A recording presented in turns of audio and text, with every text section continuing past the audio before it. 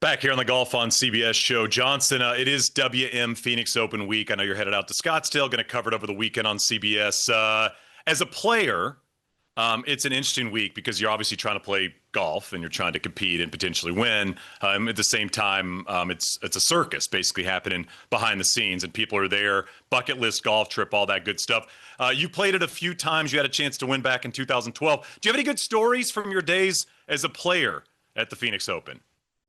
Well, I mean, my favorite story to tell is 2012 Saturday. I think I was in the third to last group, having the best start of a year to my career. I think I was first on the FedEx Cup going into that week. I mean, we were only 3 weeks in, but I get to the 10th green on Saturday, and the 16th green is right there. And so there's the general admission access to the grandstands there for 16, right next to where I was putting from on 10. And these people were tired of waiting to get in. They'd been standing there for hours. I've got a putt from the left side of the green, and I'm getting over my putt, and these people start doing shadow puppets on my line. And I made the mistake of backing off. And as soon as I backed off and looked my head around to see what was going on, they just let me have it. I didn't respond to them or anything, but it was just like the backing off, snapping over look that set them off, and went over to the 11th tee. These people had now come down out of those stairs to come yell at me on the 11th tee as well, which I proceeded to snap it right into the penalty area down the left side. And that was the end of my chance at the Phoenix Open because I was rattled. I guess I didn't have the thickest skin. I played the next year, but then decided it wasn't for me.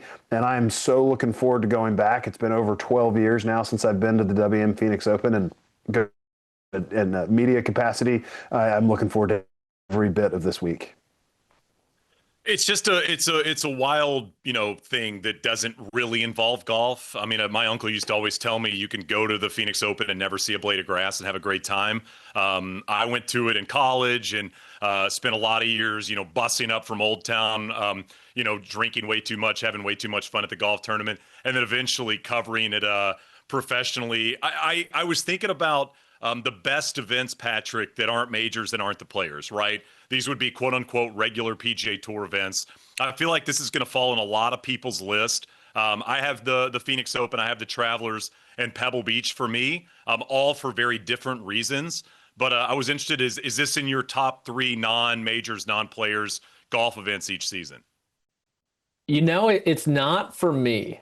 And I've only been once. It was 23. They shut off the alcohol sales. It was super muddy that week, the bad year. Yeah, super cold as well. The guys had the QB hand warmers out. Kuchar's a big fan of that. I saw like one of my best friends. He didn't remember seeing me at all. We talked for like half an hour to kind of give you a state of some of the people out there. But it was like a scene out of World War Z, that movie with Brad Pitt. I felt like just everyone mosh pitting over each other trying to get out of there. So it's not for me, but if it is on yours, I think this 3-week stretch here coming up on CBS is like amazing. It's one of the best stretches in the entire season. So I have Pebble on mine, of course, Rivs on that one too. And I've been so impressed from the Western Golf Association and how they put on the BMW Championship. It always has a big time feel to me. The build outs are always really awesome. And so I threw the BMW Championship in mine too.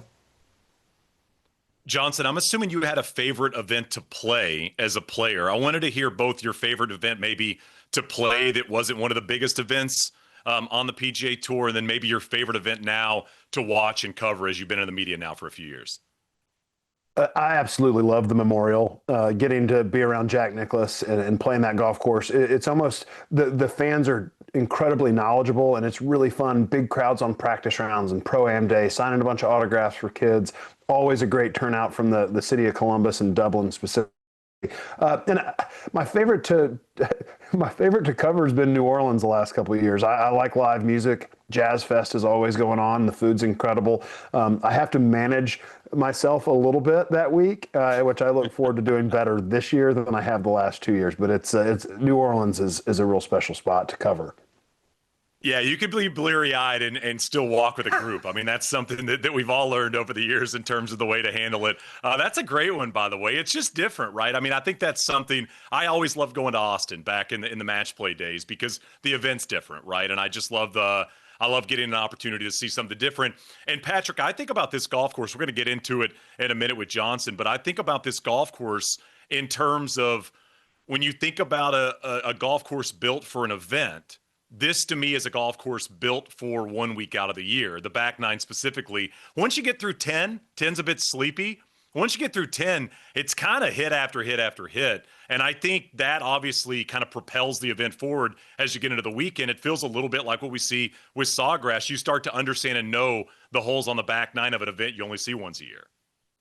And there's just so much volatility at the end as well, which adds to the groans on 16 and the cheers there on 15 as well. And I think something's interesting that I wanted to toss to Johnson was it seems like every year it's tight coming down the stretch.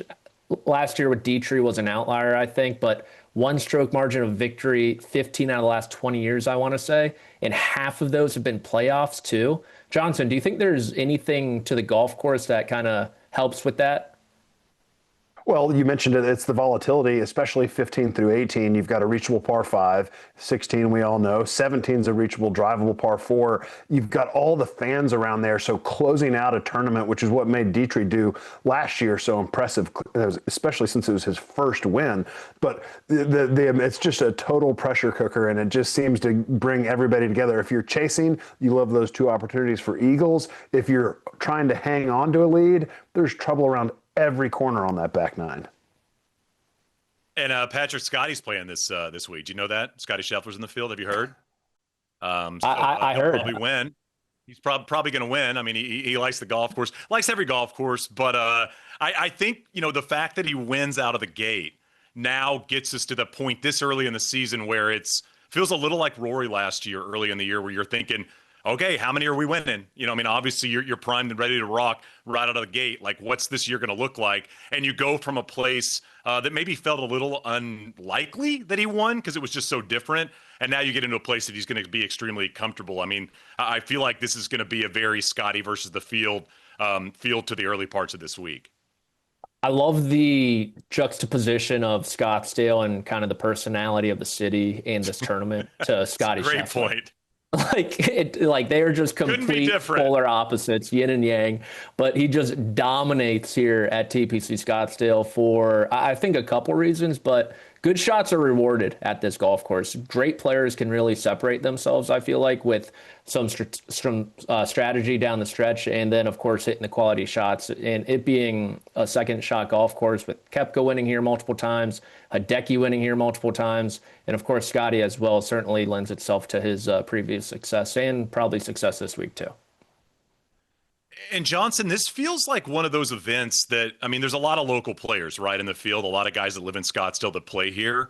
This feels like one that they want to win more than maybe other events. I know you want to win every golf tournament you tee it up at, but I feel like coming down the stretch and have an opportunity to win here for so many of the local players. I mean, you think about the guys that went to Arizona State. You think about all the players that live up north and are Whisper Rock guys and Silverleaf guys. You think about the importance of being at home and wanting to contend. It feels bigger for that crop of players that seems to be growing kind of year to year. And you have family out there watching you. You add pressure, which is what Charlie Hoffman did a couple years ago, getting into that playoff with Nick Taylor, that much more impressive. I think back to when Kevin Stadler got his first win in 2014. He just lives, or his only win, he lives really close to that golf course. It's his home. So for guys to break through and get that win, it's special. But I want to touch on the Scheffler juxtaposition that Patrick was talking about, because think about Webb Simpson too. Webb Simpson had a lot of success in Phoenix, and one thing you need around this golf course in this tournament is discipline. There's a lot of temptation going around this, not only the golf course, but the town itself. You've got to keep yourself on the straight and narrow that week, and that's why Scottie, Webb, and a lot of other guys like that, Hideki, have had so much success.